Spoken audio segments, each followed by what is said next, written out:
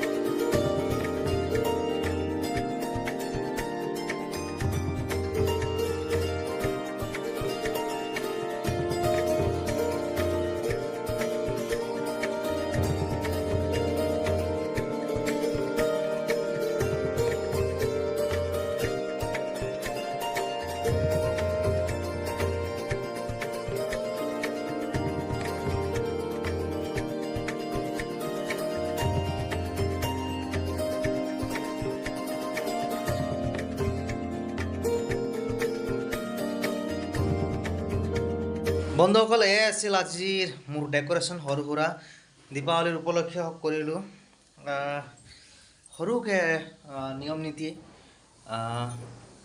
সৰুকৈ সজালোঁ।